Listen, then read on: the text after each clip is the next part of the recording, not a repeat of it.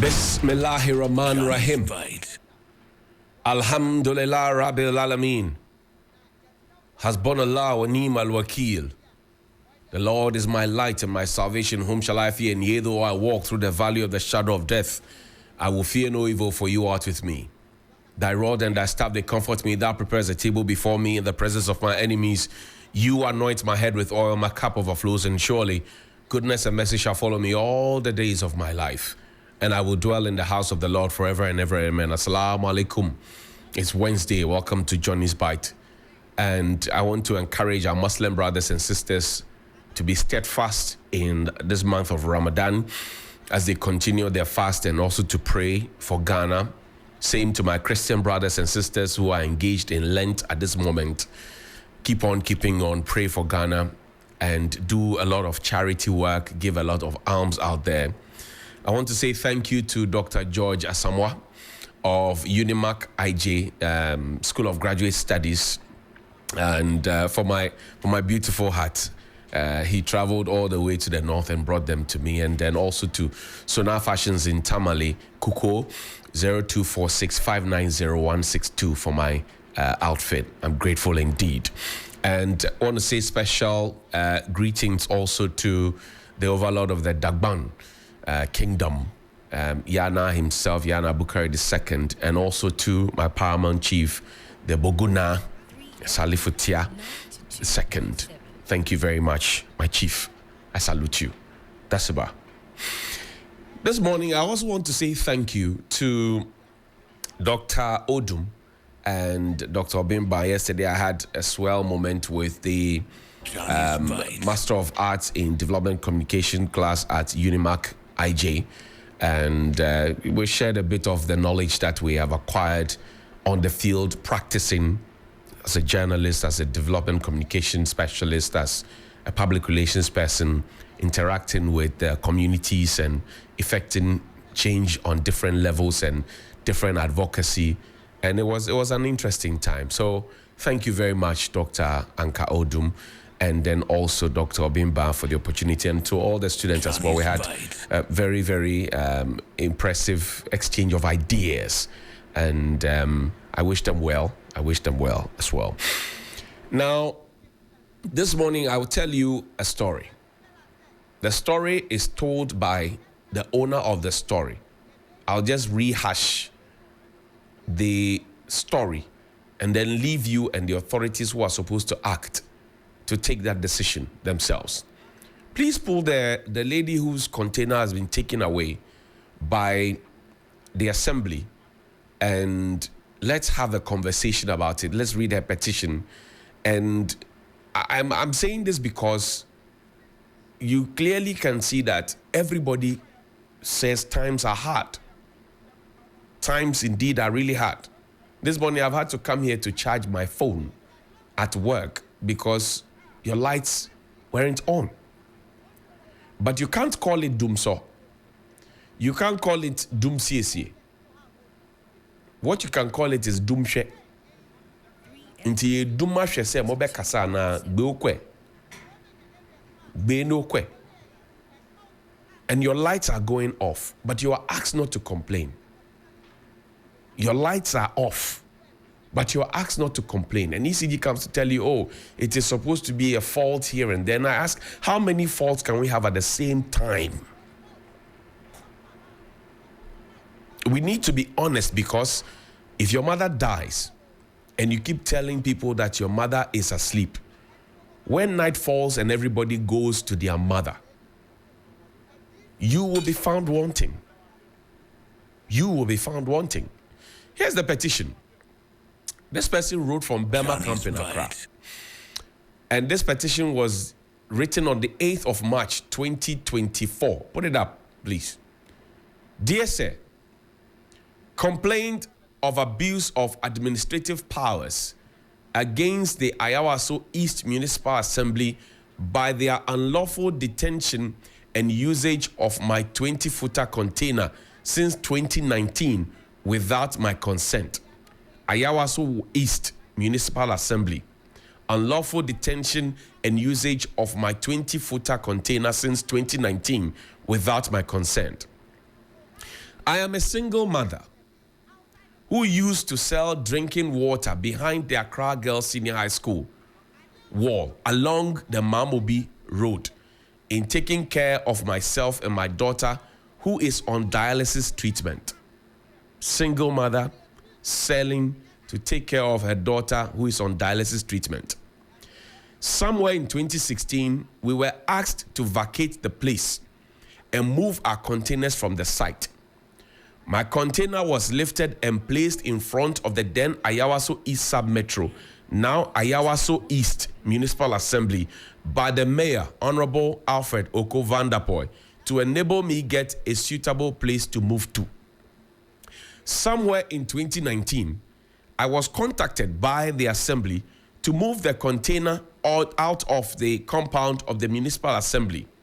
With this information, I contacted the then director of the culture, Zakaukudi Youth and Cultural Office, just next to the Assembly, for permission to move the container to their compound for some time so I can organize myself and pick it, which the then director agreed for the container to be placed within their compound.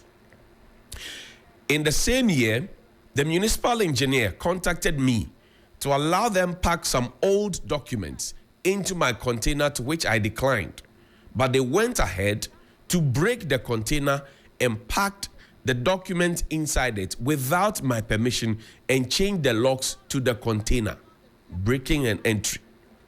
Since then, I have been following the Assembly to remove their items for me to have access to take my container back, to no avail. From the former coordinating director, Mr. Ashite, to the current one, I have made efforts to get my container back to enable me resume my petty trading, but to no avail. This has brought about serious economic hardship to me, as the container was what I used in doing my petty trading to cater for myself and daughter who is on dialysis treatment. In November 2023, I met the Honorable Chief Executive of the Ayawaso East Municipal Assembly, who assured me to come back in 2 weeks for the container. But up to this time, no action has been taken, but I have tried reaching her, but to no avail. The actions of the Assembly shows that they are not willing to hand over my container to me, again, which I feel they are abusing their administrative powers in arriving at the decision which has brought unbearable economic hardship upon me in this difficult time. I am, by this complaint, seeking the assistance of the Commission to compel the Assembly to respect my right to the ownership of property, my container, and release it to me, as all avenues available to me in engaging the Assembly has been used without any positive results. The Commission should also help me seek for compensation from the Assembly for the number of years they have forcefully possessed and used the container without my consent, which has denied me my daily living. I am counting on the full support of your highly respected office for this huge assistance, which will help bring to me back business and also support my daughter's treatment. Thank you. Yours faithfully, Tenny Salifu, and they puts the phone number there. Johnny's vibe. Now, show me the container we're talking about, Jane. And this is a very, very sad narrative. She's not begging for money. She's not begging for anything. She's just asking for what is rightfully hers to be given back to her. Show the container, please. Johnny's And vibe. this is the container that she's talking about. Put it up, please. This is the container that she's talking about. A container that belongs to her originally, but has been taken over by the Assembly. And she says that it was without her permission. They broke into it and have changed the locks in this country. Same country where we are told to see something and say something, but to do something is almost absent. A single mother who has a child on dialysis, who does petty business to support herself. Now she can't have access to her own container, which the then director said, you can come and keep your container here. Now she wants her container back, and it is not happening. So number one, she wants her container. Number two, she wants compensation. Is she justified? And is the assembly listening? And will they act? Is she justified? Yes, I think she's justified because she didn't sell the property off.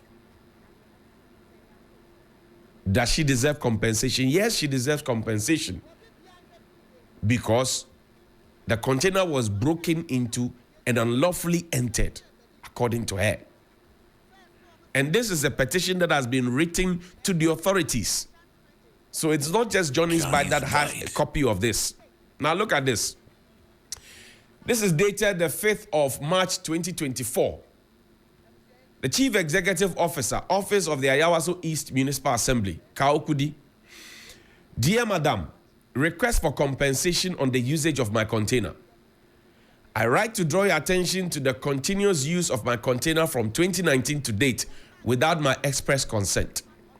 The said container has been put to use by the Assembly from 2019 without my consent, and efforts made to retrieve the container proved futile till the matter was brought to the attention of the Chief Executive, who directed the container to be released to me this month. I appreciate and thank Hajia for the swift action she placed on my issue. I am by this letter seeking the Assembly to pay me for the number of years the container has been put to use, as the actions by the Assembly for all these years has deprived me of the usage of the container or for any commercial activity which I depend on as an old lady. I will give it out at a rate of 100 Ghana cedis a month for the period it has been used, counting on your understanding and approval. Thank you. Yours faithfully, Madam Tenny Salifu. This is a genuine case. I mean, why should the Assembly even find itself entangled in such a web?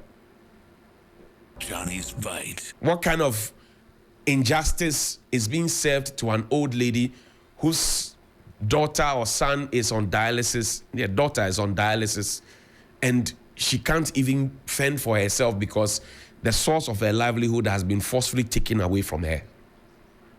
Is that how to live in a society? Is that part of the value system that we have in this country? So I'm making a passionate appeal through Johnny's Bite to the Assembly, Ayawaso East. Please, this is embarrassing. This is not befitting. And this must be solved ASAP, please. I beg you.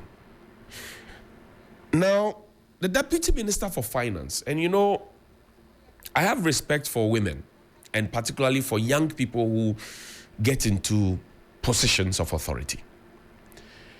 I have had a bone to pick with the Deputy Minister for Finance, Honorable Abenose Asari. After what I saw in Parliament, the stiff defense that she appeared to have mounted on behalf of Reverend Amisadai, who is the GRA boss, who confirmed that first, he was more than the age of retirement. He had grown past the age of retirement. And number two, he was in that office illegally because the contract extension had not come. And I had a bone to pick because it was the same hands of Honorable Abenasari that signed the letter dated the 5th of August 2022. That said that owing to our economic situation and some policy decision that had been taken by cabinet, which was read in Parliament, and she put her hand under that document, there was not going to be any contractual extension for retirees because we are not in normal times, unless, of course, their role and their expertise is in short supply. I don't want to believe that there are no people at GRA who are career tax people who can fill the shoes of Reverend Amisadai. I don't want to believe that. But you saw on TV how Madam was defending it. Same person who wrote the letter. So the hand writes another thing, the mouth says another thing. At least from what we saw and from what we know. I've showed that letter too many times here. I don't want to show it. Listen to Madam on this electricity, power outage, this sports activity, Africa. Listen to Madam. Listen to her. That we're always quick to point out the faults, but do we stop to also find out what probably might be causing that? So in this country, at least, we also have to do our bit. Everybody. It's not just okay to put out a report, but it's also to find out exactly what has necessitated that and what measures we can all collectively put in place to make sure we address these issues. So one, I believe that yes, we are creating an enabling environment because the issues we have here, it's not just a local issue, it's a global issue. Everywhere across this world, things are tough. Look at Europe, look at America, but we all trying in our own way to make sure we let our country move on, we turn the tide and make sure that we make the economy what we all want it to be. And once the economy is what we all want to be, it will reflect in everything that we do. Hours ago, ECG actually said that within peak hours between 7 and 11 p.m. I know I haven't seen that, but I'll be glad to look at that report. I usually want to read the report and ask questions before quickly I speak to it. Fulfilling our financial obligations, we should so the lights could be on consistently. You remember when the president came to Parliament during the SONA, the president mentioned that we have been able to renegotiate some of these expensive IPPs that the previous government entered into. And so yes, we have been able, yes. So had it even not been that, I think that things would have been different. So you think you're satisfactory? The work you've done in the power sector is satisfactory enough? What I'm saying is that we have done some negotiations and that has resulted in a 44%. If you look at the quantum of that 44%, I don't think you'll be asking me whether it's satisfactory enough. We have saved a lot of money. So what will happen to the lighthouse? We have saved a lot of money and we'll continue to do that. So, the posture of officialdom is always to put a blame on the citizens and other people and not accept responsibility. You heard our sister. She said, we all have to play a part. We used to have a post-paid system in this country where I go and I finish using my ECG, they bring me a bill, and then I go and pay. And then we said, oh, that was enabling people to owe so much. So ECG was in debt. We even went to bring PDS, the corruption around PDS. We have not finished talking about it too. We have swept it under the carpet. Then we said, let's do prepaid. So as I stand here, yesterday, I slept in darkness, but ECG has collected my money. I don't owe them, but my light is gone off. What else can I be doing? We must all play our part. No? That part, what other part do you want me to play? Initially, you said it's not a wisdom problem, it's money problem, it's incompetence, blah, blah, blah. When it got to your turn, you are explaining it and forcing people to shut up. The posture is that we have a problem. We don't want to discuss the problem, but we want to gloss over it quickly and go to the solutions. Anybody who does that is not wise enough because the problem will come back. Listen to the conversations around the All Africa Games. Nobody wants to talk about the problem because you have to properly diagnose the problem. Yes, things have been tough. You have to diagnose the problem. When you diagnose the problem, then you can set out a strategy to fix the problem. If you don't diagnose the problem and you don't allow people to diagnose the problem, and when the problem is being diagnosed, all we do is to name call people. We have been called Sambalas and Tobias before. We have been called naysayers, the very people we pay taxes to feed, clothe, transport, give them security. They've called us Sambalat and Tobias before. Joshua and Caleb economy. Then you say we should play our part. So I ask, I don't owe ECG. I have bought my credit. So I expect my light to be on. Then now we are being told that everywhere there's a problem. If there's a problem everywhere, they explain. They take time to explain to the people. Nobody's explaining anything to us. And the things that are being explained to us, The others playing within the field, like Nana Moisi and the rest, they are telling us that the explanations that are being given to us are not cogent. So why do we do that to ourselves?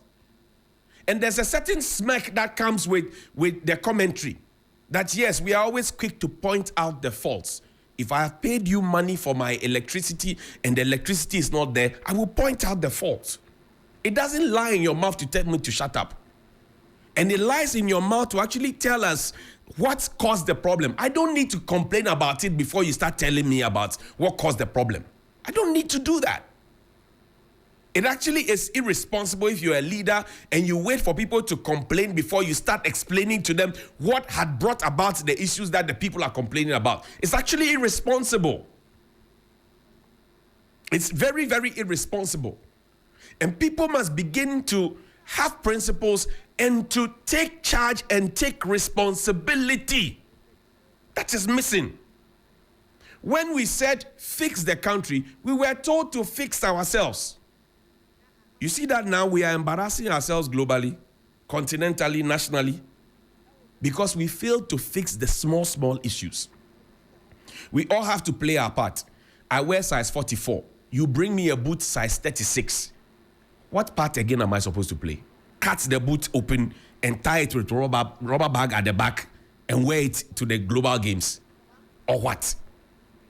Sometimes when we try to push the blame onto the citizenry, it makes it look, the conversations about e-levy, for example. The situation was presented as if the citizens do not want to pay taxes. But I've always said that there's a conversation between tax mobilization and tax utilization. That lacuna, that space in there is missing. When you are taking money from people and you're not showing them what you are doing with the money and they cannot steal it and feel the impact in their lives, they will complain. So the government says we are in a difficult time. We are willing to sacrifice 30% of our salaries from president down to everybody. That's what they told us. May 2022. They said we have started deducting 30%. Council of State says we will add 20% of our allowances. Kebashimene, have you been told how much has been accrued? And have you been told what those monies have been used for? Play the Konfanochi Doctor's video for me. A statement issued by the Ashanti Regional Coordinating Council on May 2022 confirmed the release of portion of state lands at Denyame to the Asantini on behalf of and in trust for the subject of the Golden Stool. The revested land contains state bungalows to be relocated to the area retained by government. But the Ashanti Regional Coordinating Council's handling of the relocation process appears to have suffered a communication gap.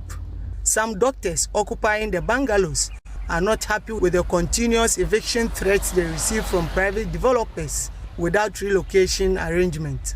Fed up with the ceaseless eviction warnings, the Konfanochi Teaching Hospital Doctors Association has resolved to lay down its tools and go search for accommodation. Dr. Michael Leet is the chairman of Cath Doctors Association. Some of our doctors they've been given notices to evict their accommodation units within a week.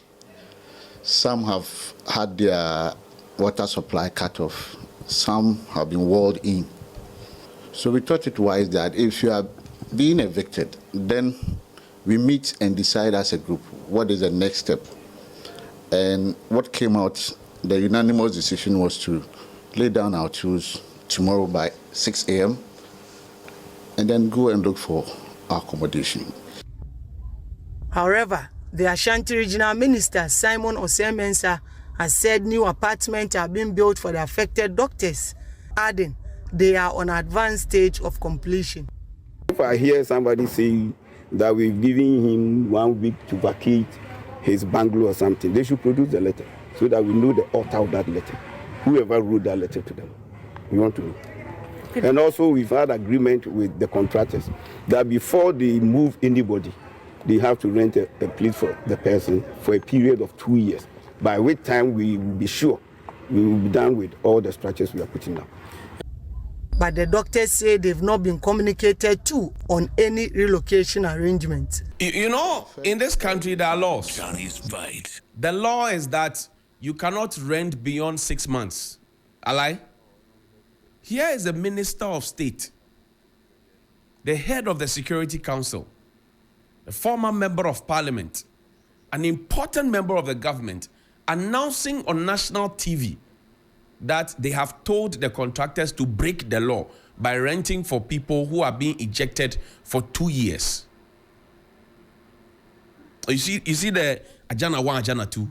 The minister, he knows the law. He knows where we live. He knows that it flies contrary in the face of the law. But he says, we have told the contractors to literally break the law.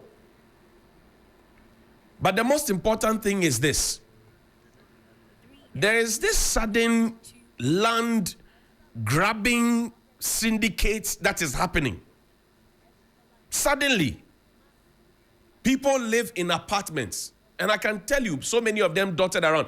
Prisons headquarters, prison officers training school, Flagstaff House, opposite here. There's so many of those places. Places I knew in Roman Ridge and the rest. They take the lands and they say, we have given it to a contractor. We have asked the contractor to find accommodation for the people they are building for them. And you look at the structures that are going to be demolished, the quality of those structures, and you look at the structures that they are being moved in. And even the people who are being moved in there, they start saying, but why are we being moved? Go to the DVLA area around 37. They have all been moved. And you don't know where these contractors suddenly came from. If you dig, I'm sure if you dig and you look at their affiliations, you will find out. You will know. You will know. So doctors are not safe. Policemen are not safe. Prison officers are not safe. Military officers are not safe. Staff of the ministries are not safe because they are all being cleared from the place. The place around the opposite, the Flagstaff House here, just close to Afrikiko. People are being moved from there. The place has been marked up. And they are being moved to somewhere close to the Electoral Commission's place. You should see the facility that is being built for them. And some is not even completed. But the same attitude of contractors, because they want to start the work. Just in case the regime changes, they will say that we already started the work. And you are inconveniencing families. Then when we finish, we say, we must all play our part. What part do I play in this Chaskilid which is being played? What part do I play in it? Have a good morning.